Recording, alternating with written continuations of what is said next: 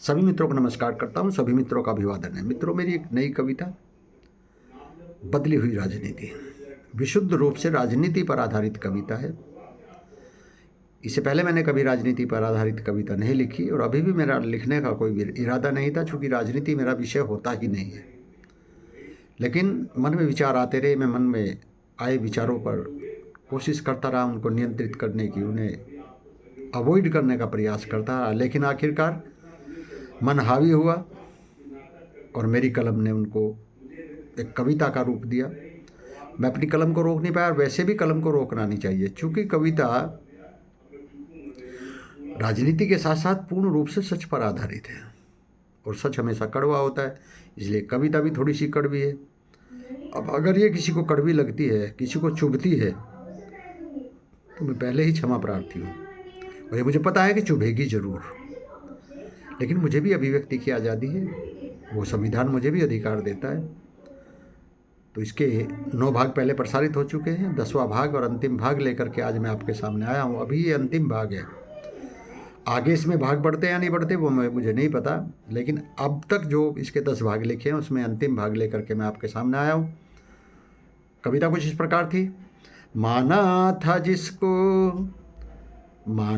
था जिनको आम आदमी सबने, वो देखो सबको चिढ़ा रहे हैं। माना था सबने आम आदमी जिनको, वो देखो सबको चिढ़ा रहे हैं। प्रस्तुत है बदली हुई राजनीति भाग 10। ऐसा कोई भी सगा नहीं है, ऐसा कोई भी सगा नहीं है, जिसको आपने ठगा नहीं है।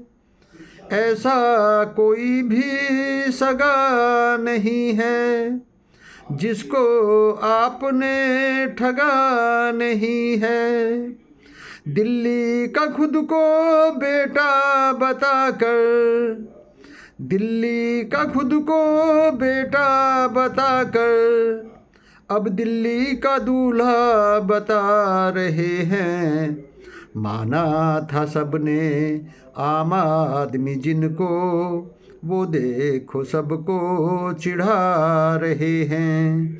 माना था सबने आम आदमी जिनको, वो देखो ठेंगा दिखा रहे हैं।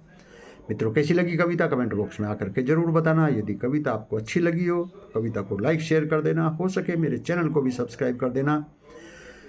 मिलते हैं किसी अगले भाग में, किसी अगली कविता में। तब तक के लिए बहुत बहुत धन्यवाद, बहुत बहुत आभार आपका।